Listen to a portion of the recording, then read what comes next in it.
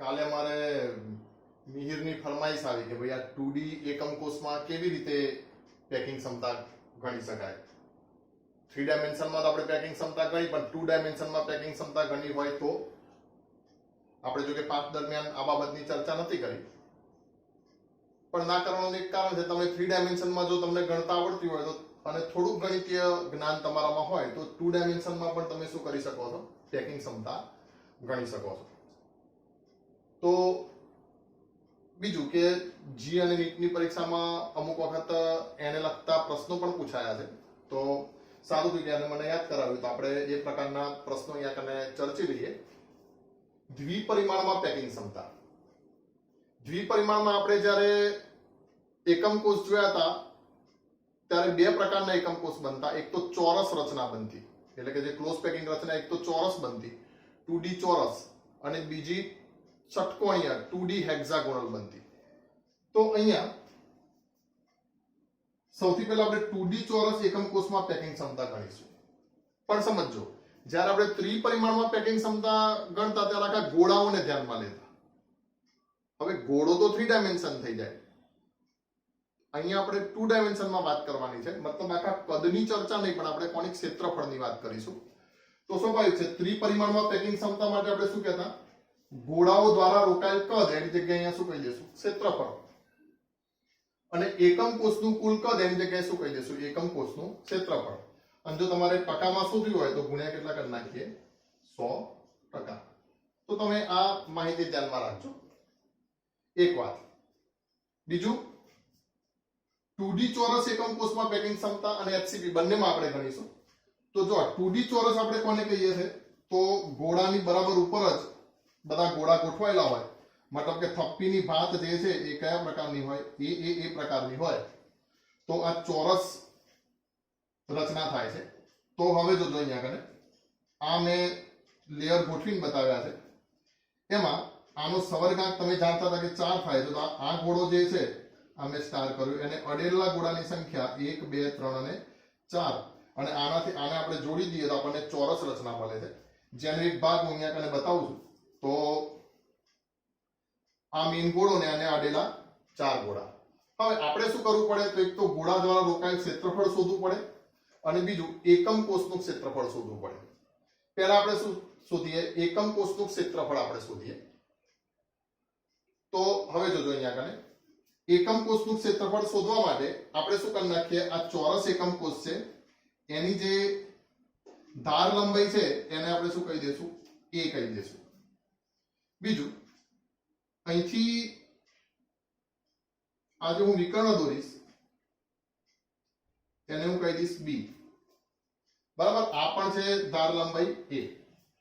અને તમે જો થોડુંક ઇમેજિનેશન કરો તો તમને ખ્યાલ આવશે, જ્યારે ત્રિપરિમાણમાં આપણે FCC એકમ કોષની પેકિંગ ક્ષમતા ભણતા હતા મિત્રો, યાદ કરો. ત્યારે ક્યાં કોઈ નવી વાત કરી હતી, ત્યારે આપણે અહીંયા કને ગોળાની કલ્પના કરી હતી અને આમ 3 લીધા હતા ને. તો અહીંયા કલ્પના કરી તો આ શું બની ગયું, આ જો આને સપાટી તરીકે કલ્પો તો આનું ક્ષેત્રફળ ગણો તો તમને બિલકુલ આ જ રીતે શું મળશે, આની પેકિંગ ક્ષમતા પણ તમે ગણી શકો. એટલે મેં કીધું કઈ નવી વાત નથી, પણ છતાંય આપણે જોઈ લઈએ. જુઓ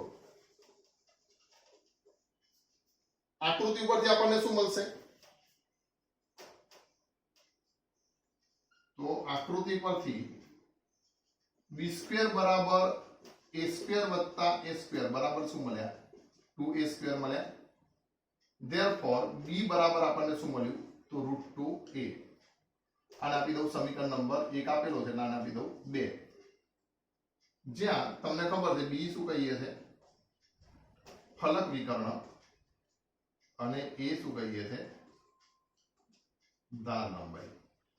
જો ધાર લંબાઈ જે 3 ડાયમેન્શનમાં ધાર લંબાઈ અને ફલક વિકર્ણ વચ્ચેનો સંબંધ, a અને r વચ્ચેનો સંબંધ, એ બધા કેવા આપણને એકદમ સરખા જ મળવાના છે, એક જ જેવા મળવાના છે. એટલે એમાં કોઈ વિશેષ ફેરફાર નથી, ખાલી આ સૂત્રના આધારે કિંમતો મૂકવી એટલો જ ફેરફાર છે.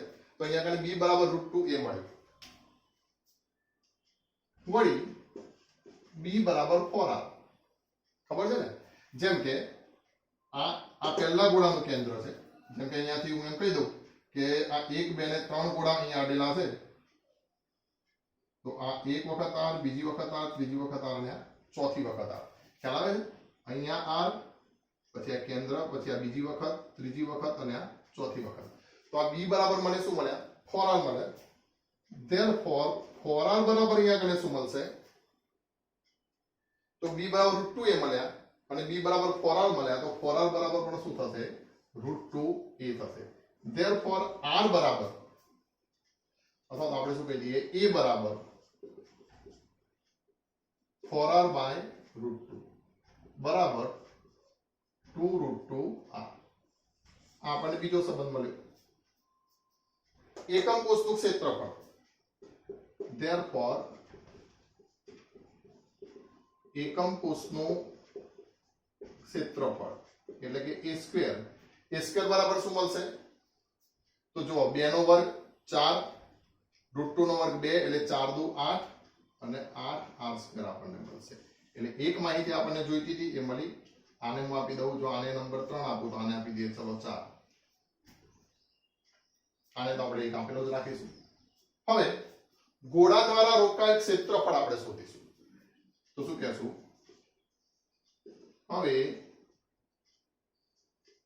ગોળા દ્વારા રોકાયેલ ક્ષેત્રફળ બરાબર ગોળાની સંખ્યા ગુણ્યા, અથવા તો ગોળા દ્વારા રોકાયેલ કુલ વિસ્તાર કે ક્ષેત્રફળ. તો ગોળાની સંખ્યા ગુણ્યા એક ગોળાનું ક્ષેત્રફળ,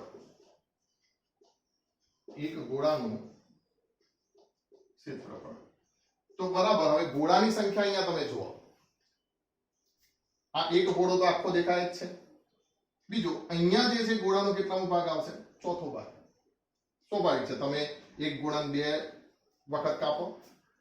જેમ કે ચલો આ એક વર્તુળ છે, એનું 2 વખત કાપીશ. તો આ 1 2 3 4 કેટલા ભાગ પડ્યા? 4 ભાગ પડ્યા ને.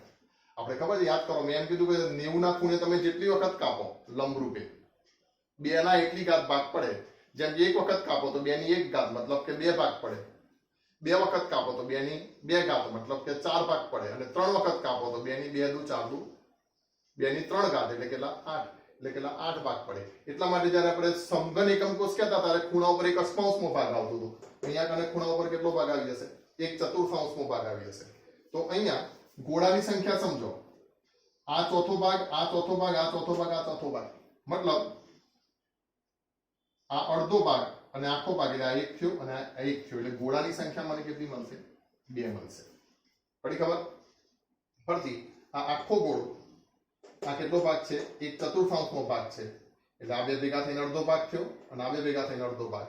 એટલે ગોળાની સંખ્યા 2 મળશે ગુણ્યા ક્ષેત્રફળનું સૂત્ર આપણને ખબર છે. શું કહેશું? પાઈ r સ્ક્વેર. આના આપી દઈએ સમીકરણ નંબર 5. હવે આપણને બંને વસ્તુ મળી. કઈ કઈ? તો એક તો આ a સ્ક્વેર બરાબર 8r સ્ક્વેર મતલબ એકમ કોષનું ક્ષેત્રફળ મળ્યું, અને બીજું ગોળા દ્વારા રોકાયેલ ક્ષેત્રફળ. આ બંને મળ્યું.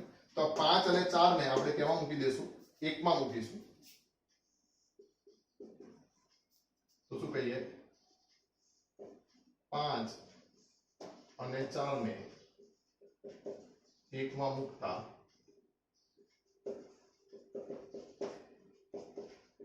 પેકિંગ ક્ષમતા બરાબર, તો ગોળા દ્વારા રોકાયેલ ક્ષેત્રફળ મતલબ કેટલું થયું?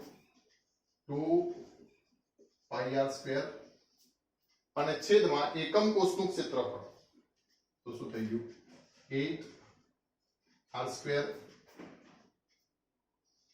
ગુણ્યા કેટલા ટકા થયા? 100% થયા. બરાબર. હવે r સ્ક્વેર ઉડી જશે. 2 ચોક 8 થશે. એટલે 5/4 ગુણ્યા કેટલા ટકા? 100%. એટલે બરાબર. હવે તમે ગણતરી કરી જુઓ કેટલી થાય છે? 3.14 ભાગ્યા 4 ગુણ્યા કેટલા કરો? 100. અને પછી મને ફટાફટ જવાબ કહી દો.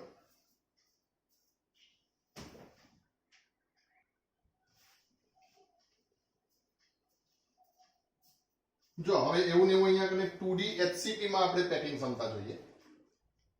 હા, પહેલાનો જવાબ કેટલો આવ્યો હતો? हाँ 78.5%। बराबर। तो 78.5% એની પેકિંગ ક્ષમતા હતી કોની 2D ચોરસની। હવે આપણે કોની જોઈએ 2D HCP। સૂત્ર પાછું આનું જ આવશે। 2 ડાયમેન્શનમાં ષટકોણીય રચના તો આ રીતે થપ્પીની બાદ જે છે એ AB પ્રકારની હોય।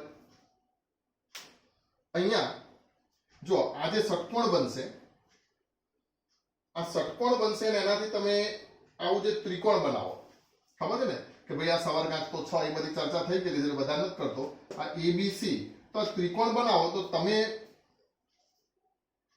વિચારીને મને કહો કે આ ત્રણે ત્રણ ખૂણા એ કેટલાના બનશે। જો તો હું બોલી જ ગયો ત્રણે ત્રણ સરખા મતલબ કેટલાના હોય 60 ના જ હોય ને। તો આજે ખૂણા બનશે એ કેટલાના બનશે 60 ના ખૂણાના બનશે। એટલે ત્રિકોણ ABC કેવો ત્રિકોણ બને સમબાજુ ત્રિકોણ બને। હવે સમબાજુ ત્રિકોણના ક્ષેત્રફળનું સૂત્ર શું થાય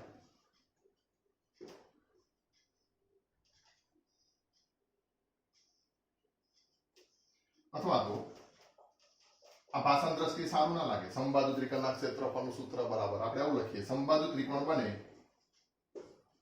જેનું ક્ષેત્રફળ બરાબર √3a²/4। ખ્યાલ છે ને આ બધું ક્યાંક 10માં ક્યાંક ભણવામાં આવ્યું હશે। જો ના આવ્યું તો યાદ રાખી લો સમબાજુ ત્રિકોણના ક્ષેત્રફળનું સૂત્ર કયું તો √3a²/4 જ્યાં a બરાબર શું થશે ધાર લંબાઈ થશે। આપણે શું જોઈએ છે એકમ કોષનું ક્ષેત્રફળ જોઈએ છે સમજો। હવે એક ત્રિકોણનું ક્ષેત્રફળ આટલું તો અહીં કુલ 6 ત્રિકોણ બને।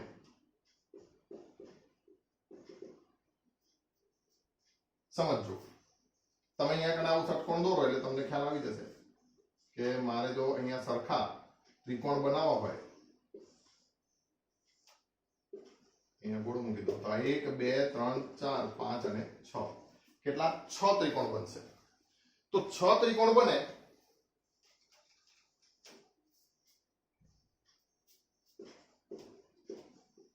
જેનું કુલ ક્ષેત્રફળ બરાબર કેટલું થશે તો 6√3a²/4। પણ a બરાબર a અને r વચ્ચેનો સંબંધ તો જો અહીંયા કરે આને હું આટલો જે ભાગ જે છે એને હું કહી દઉં ધાર લંબાઈ a। ખ્યાલ આવે છે આટલા ભાગને મતલબ અહીંયા જો આ ત્રિકોણ બતાવું અને અહીંયા આ જે બનશે એ ધાર લંબાઈ a આ પણ ધાર લંબાઈ a અને આ પણ ધાર લંબાઈ a અને આ જે ખૂણો જે થશે એ કેટલા ડિગ્રીનો થશે 60 ડિગ્રીનો થશે। ખબર પડી। તો અહીંયા આ બે ગોળા અડેલા છે मतलब આવી રીતે તો અહીંયા બે વખત r આવે તો અહીંયા મને a બરાબર શું મળશે 2r મળશે। therefore એકમ કોષનું ક્ષેત્રફળ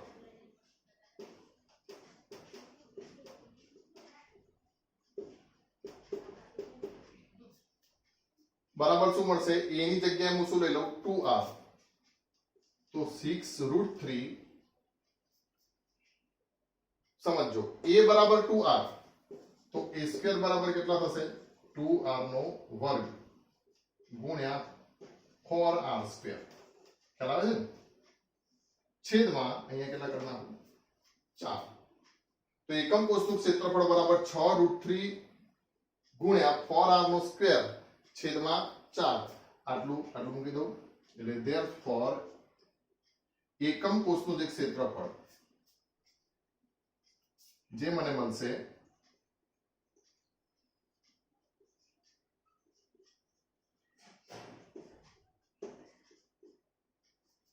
ચાર ચાર ઉડી ગયા એટલે 6√3r²। આને હું આપી દઉં સમીકરણ નંબર 2। હવે આ શું મળ્યું એકમ કોષનું ક્ષેત્રફળ। હવે ગોળા દ્વારા રોકાયેલ ક્ષેત્રફળ શોધીએ तो હવે ગોળા દ્વારા રોકાયેલ ક્ષેત્રફળ બરાબર ગોળાની સંખ્યા અને ગુણ્યા એક ગોળાનું ક્ષેત્રફળ. અહીંયા હવે સમજો ટોટલ ગોળાની સંખ્યા કેટલી થાય.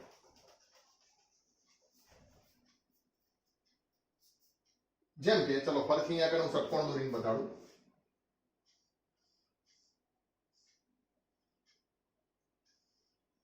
આવી રીતે જો હું દોરું તો અહીંયા જે ગોળો હશે, માની લો કે આ જે ગોળો છે એનો બધો ભાગ કઈ આ એકમ કોષમાં હોતો નથી, તો આ કેટલામો ભાગ થાય. ચિત્રો પરથી તમે આમ તો અંદાજો લગાવી શકો કે આ કેટલામો ભાગ થશે, 1/3 ભાગ થશે. તમને એમ થાય હું ગપ્પા મારી નથી દેખાતું, સાબિત કરીને બધો સાબિત કરીએ. જો અહીંયા કને આ ભાગ, આ ખૂણો તમને ખબર છે આ ખૂણો કેટલો થાય, 120 ડિગ્રીનો હોય. સારું, મને એટલું કહી દો કે માની લો કે આને હું 2 વખત કાપું તો આ કયો ભાગ થયો, ચોથો ભાગ થયો. મતલબ આ જે ભાગ હું બતાડું છું એ કયો થયો, 1/4 ભાગ થયો. તો કેટલાના ખૂણે 1/4 ભાગ બન્યો? 90 નો ખૂણો છે તો ભાગ કયો બન્યો, 1/4 બન્યો. આ ખૂણો કેટલો છે, 120 નો. તો જોજો ખૂણો 90 ડિગ્રી તો 1/4 ભાગ. Therefore ખૂણો 120 ડિગ્રી તો કેટલામો ભાગ, તો 1/4 ગુણ્યા 120 અને ભાગ્યા પાછા 90. ગણો. પેલામાં પણ આપણે જોયું હતું ને, તો જોજો ત્રિપરિમાણમાં પણ આપણે આ જોયું હતું. તો 90 તો 15 6 90, 15 8 120, 4 2 8 એટલે કેટલામો ભાગ થયો, 1/3 ભાગ થયો. મતલબ ગોળાની સંખ્યા હવે તમે સમજો કેટલી થાય છે. તો ગોળાની સંખ્યા જો અહીંયા લખું છું,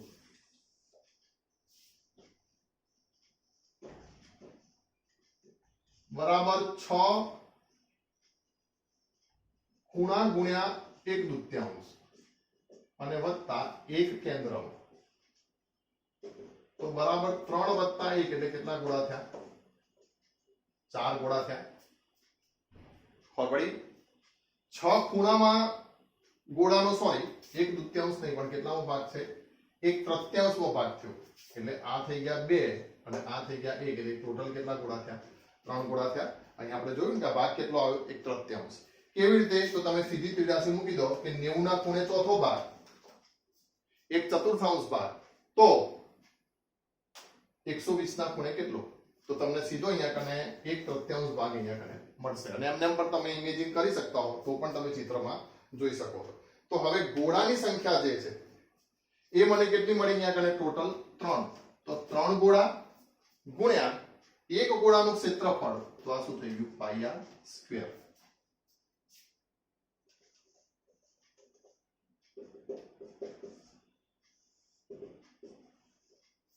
હવે જો આને આપી દઉં હું સમીકરણ નંબર 3. તો શું કહી દઉં, 3 અને 2 ને 1 માં મૂકતા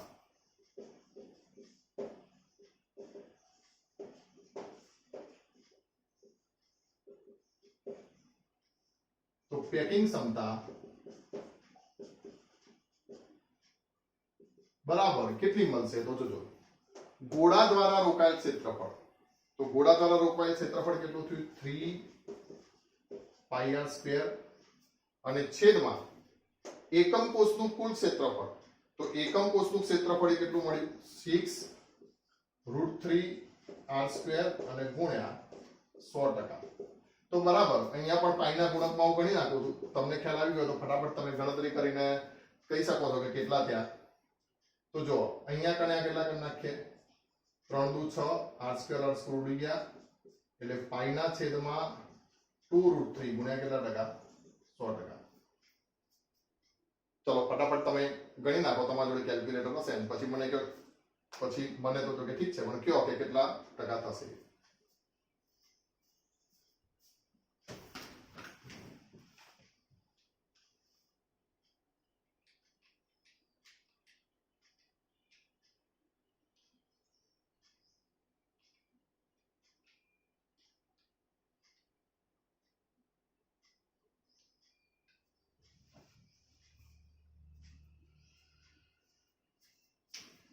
બરાબર, અહીંયા જગ્યા નથી એટલે હું પણ તમને કહીને ગણીને આવ્યો ફટાફટ. કેટલું નિયરલી ઇક્વલ ટુ તમે કેટલા લઈ શકો આને? 91% આજુબાજુનું શું મળશે તમને? આનું ક્ષેત્રફળ મળશે. મતલબ આ રીતે જો પેકિંગ થાય તો 91% જગ્યા ભરાઈ જાય અને ખાલી જગ્યા કેટલી બચે? તો 100 - 91 એટલે કે કેટલી? 9% જગ્યા જે છે એ ખાલી રહેશે. બરાબર ને? તો આ બે પ્રકાર આપણે પેકિંગ ક્ષમતા જોઈ. એક ચોરસમાં જોઈ 2D ચોરસ, અને આ 2D HCP માં આપણે પેકિંગ ક્ષમતા જોઈ. વાત એ ફરક ખાલી એટલો જ છે કે પેલું કદના આધારે શોધાય, આ ક્ષેત્રફળના આધારે શોધાય.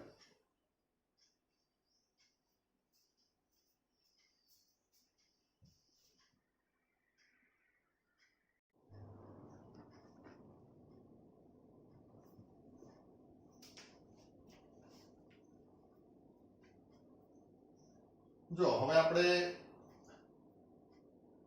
ગઈ સાલ જે નમૂનાનું પ્રશ્નપત્ર બહાર પડ્યું હતું બોર્ડની પરીક્ષા માટે, માર્ચ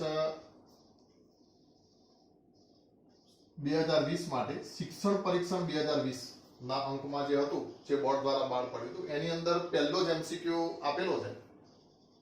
બહુ સરસ MCQ છે, એટલે એમ છે કે ચલો આપણે એ ગણીએ. શું કહે છે? આયનીય ઘન A+B- રોક સોલ્ટની માફક સ્ફટિકીકરણ પામે છે જો એક અંતઃવિકર્ણ પરના બધા જ પરમાણુ દૂર કરવામાં આવે તો બનતા પદાર્થનું અણુસૂત્ર શોધો.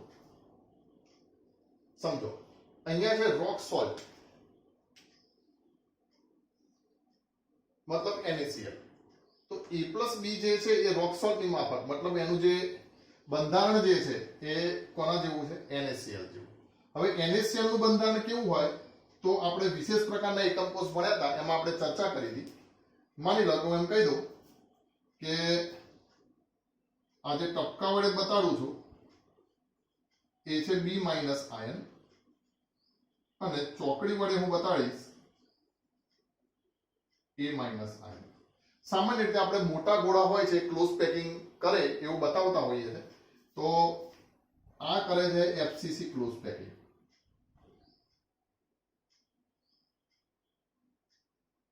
કોણ? તો B-. આ બધા ફલકમાં હું એક એક ગોળા ગોઠવી દઉં છું. આ સામેના ફલક ઉપર ગોઠવી દઉં, આ પાછળના ફલક ઉપર ગોઠવી દઉં. બરાબર, હવે સમજો અહીં શું કરે છે? તો જો ધ્યાન રાખજો, B FCC પેકિંગ કરે છે.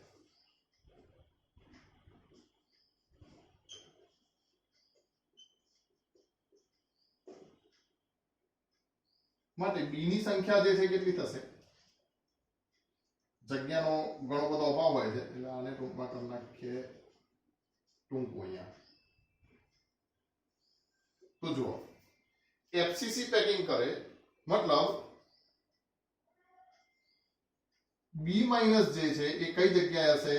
તો 1/8 × 8 ખૂણા અને વત્તા 1/2 × 6 ફલક. ખ્યાલ આવે છે વાત?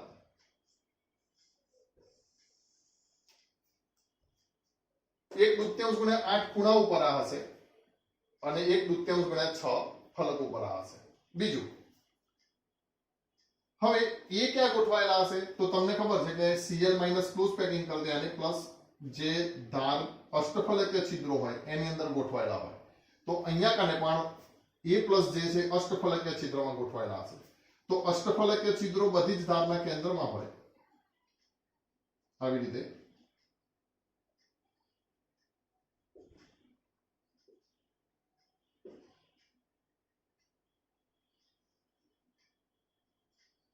બરાબર, ટોટલ 12 ધાર, બધી ધાર આવી ગઈ ને? 1 2 3 4 5 6 7 8 9 10 11 અને આ 12. તો ટોટલ 12 ધારના કેન્દ્ર ઉપર આવા A+ આયન હશે. મતલબ 12 ધાર ઉપર કેટલામો ભાગ હશે? 1/4 × 12 ધાર અને વત્તા, તમને ખબર છે એક અષ્ટફલકીય છિદ્ર ક્યાં હોય? અંતઃ કેન્દ્રમાં હોય. આ પેલા દોરવું જ નથી, ચેકી નાખીએ. અંતઃ કેન્દ્ર. ખ્યાલ આવે છે ને? તો આવી રીતે આ ગોઠવણ થશે. અહીંયા એક જો અંતઃકેન્દ્રમાં આ 1 બતાવી દો ત્યાંથી. હવે શું કહે છે, જો એક અંતઃસ્ત્રીકરણ પરના ગોળા દૂર કરતા, તો શું કહીએ, એક અંતસ્થ વિકર્ણ પરના ગોળા દૂર કરતા. ધ્યાન રાખજો મિત્રો, એક અંતસ્થ વિકર્ણ હું દોરું છું, તમે મને ઇમેજિન કરીને કહેજો કે અંતસ્થ વિકર્ણના રસ્તામાં કેટલા ગોળા આવે છે આ NaCl માં, અથવા તો તમે કોઈ FCC ક્રોસ પેકિંગ જે છે એકમ કોષ એની કલ્પના કરો, અને જે અંતસ્થ વિકર્ણ હોય એમાં કેટલા ગોળા આવે તેના માર્ગમાં અને કેટલા છિદ્રો આવે એ જુઓ. તો જુઓ, એક તો આ 2 ગોળા આવે દૂર કરતા, તો શું 2 ગોળા, પછી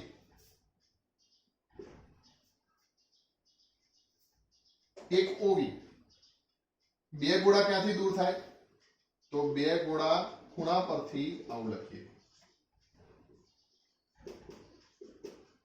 એક ગોળો ઓવી માંથી અને 2 ગોળા ટીવી માંથી દૂર થાય. આને સૂત્ર સ્વરૂપે સ્વીકારો, ખાસ ઝડપથી બધા દાખલા ગણવા હોય તો. અંતઃસ્ત્રીકરણ દૂર કરીએ એટલે 2 ગોળા ક્યાંથી દૂર થાય, એક અંતઃસ્ત્રીકરણ માટે 2 ગોળા ખૂણા પરથી, એક ગોળો ઓવી માંથી, કારણ કે જો અંતઃસ્ત્રીકરણ રસ્તામાં એક અહીંયા કને અષ્ટફલકીય છિદ્ર આવશે, અને અહીંયા કને નાના નાના શું હોય, 2 પાછા ચતુષ્ફલકીય છિદ્ર આવશે. એટલે 2 ગોળા ક્યાંથી દૂર થાય, ટીવી માંથી દૂર થાય. આ લખવાની મારે જરૂર નથી, પણ તમે આને સૂત્ર તરીકે સ્વીકારો એટલા માટે મેં લખ્યું છે. ફરીથી બોલું છું, એક અંતઃસ્ત્રીકરણ પરના ગોળા દૂર કરતા 2 ગોળા ખૂણા પરથી, એક ગોળો ઓવી માંથી, 2 ગોળા ટીવી માંથી, એટલે કે ચતુષ્ફલકીય છિદ્ર માંથી દૂર થાય. પણ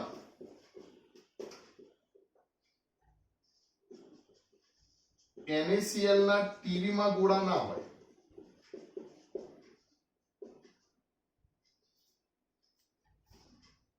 Therefore, B- ની સંખ્યા બરાબર કેટલી થશે, તો જો 2 દૂર થઈ ગયા એટલે 1 અષ્ટમાંશ ગુણ્યા 6. ખ્યાલ આવે છે ને, 2 ખૂણા પરથી દૂર થયા એટલે 2 ગોળા અહીંયા કને ખૂણા પરથી દૂર, ખૂણા પર કોણ છે, તો B- છે, તો 1 અષ્ટમાંશ ગુણ્યા 6 વત્તા 1/2 ગુણ્યા 6 ફલક. જો ફલક ઉપરથી તો કશું દૂર થતું નથી, તો ફલક ઉપર કુલ ગોળા જે છે કેટલા છે, 3 ગોળા જે છે એ કોના છે, ફલકના છે. એટલે બરાબર 6 અષ્ટમાંશ. બરાબર, અહીંયા કણ આપણે એક કામ કરી નાખીએ, 3/4 એવું કરી નાખીએ. ચલો ને લખો એટલે લખીએ, 3/4 વત્તા 3 એટલે બરાબર 4 તેરી 12, 12 ને 3 15, એટલે આ ટોટલ કેટલા થશે, 15/4 ગોળા થશે. બીજું અથવા પરમાણુ થશે, જે પણ ભાષા વાપરી હોય તમારે.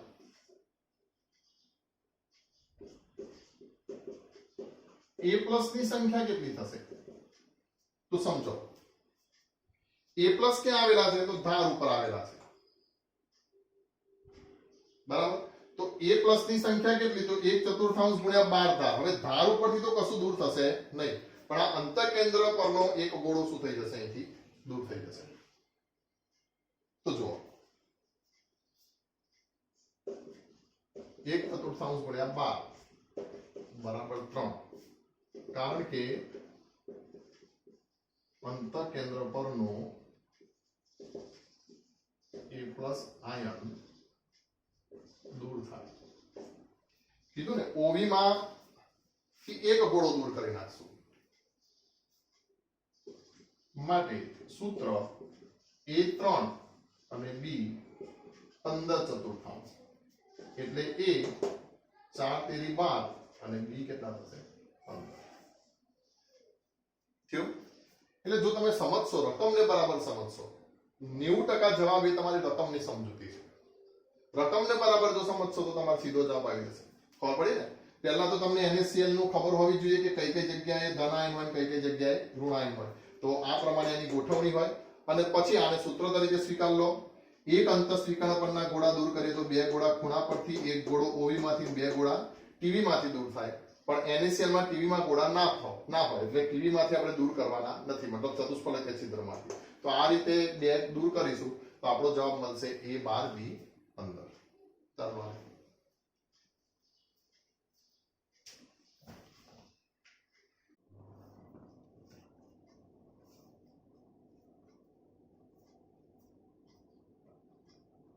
આપણે બીજો એક એવો દાખલો ગણીએ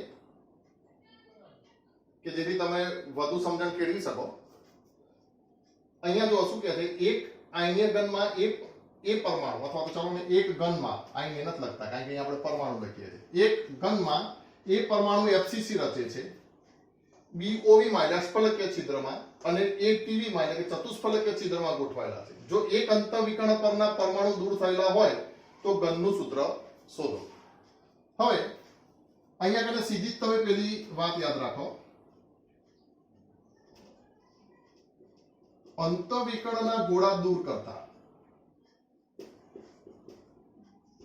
શું થાય તો યાદ છે ને, તો પહેલું ખૂણા પરથી બે, પછી ટીવી માંથી પણ બે અને ઓવી માંથી કેટલા ગોળા દૂર થશે, ઓવી માંથી એક.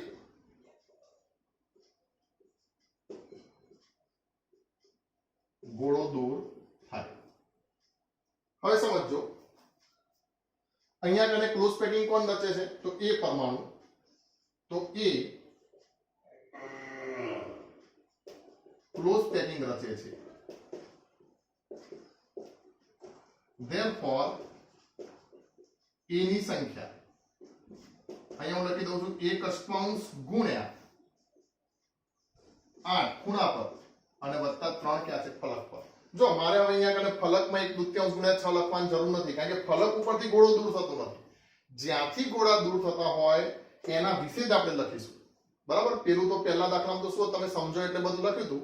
અહીંયા કને તમે ફટાફટ હવે કેવી રીતે ગણી શકો એ જોજો. એની સંખ્યા કેટલી થઈ, તો હવે જો ખૂણા પરથી કેટલા ગોળા દૂર કરીએ છીએ, બે ગોળા દૂર કરીએ છીએ એટલે અહીંયા કેટલા થઈ જશે, 8 માંથી આ કેટલા દૂર કરવાના, 6, કારણ કે ખૂણા પરથી કેટલા ગોળા દૂર થાય, 2. તો એની સંખ્યા જે છે એ આપણને કેટલી મળી, તો જુઓ 6 વત્તા 3 એટલે ચલો આવું લખી દો, 6 વત્તા 3 એટલે બરાબર કેટલી થઈ, તો 8 તેરી 24 ને 6 30, 30 અષ્ટમાંશ. આમ તો છેદ ઉડાડી શકીએ પણ બધું છેલ્લે જોઈએ. અહીંયા કેટલા લખી શકીએ, 30 અષ્ટમાંશ. પછી એ જ રીતે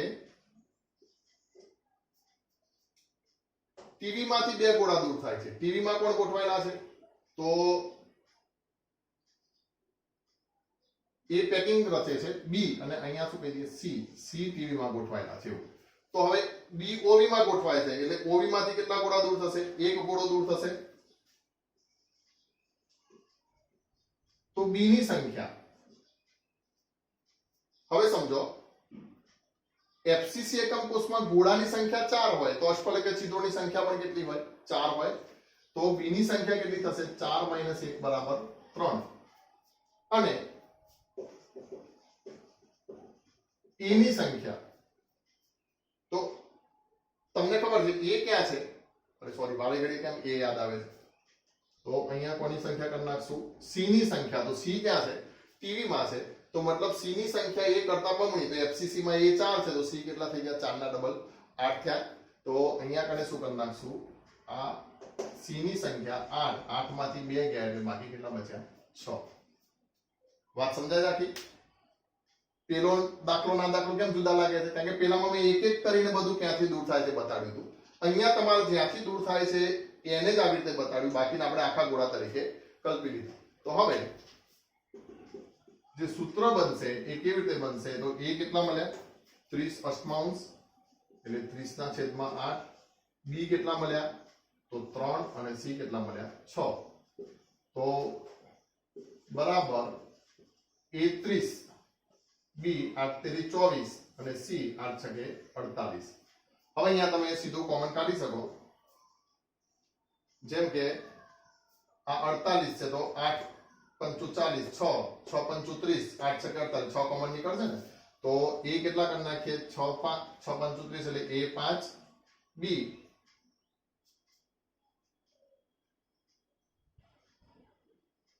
8 તેરી અહીંયા કેટલા થશે 24 એટલે આ કેટલા થશે b 6 ચોક 24 અને c 6 8 48 એટલે આપણું સૂત્ર થશે એ શું થશે a5b4 c8 બરાબર. મતલબ તમારે જલ્દીથી દાખલા ગણવા હોય તો બધી જગ્યાએ આવી રીતે ખૂણા પર કેટલા ગોળા, ફલક પર કેટલા ગોળા એ ગણવાની જરૂર નહીં. જ્યાંથી દૂર થતા હોય એમાંથી ખાલી આખા ગોળા તમારે શું કરી નાખવાના, દૂર કરી નાખવાના.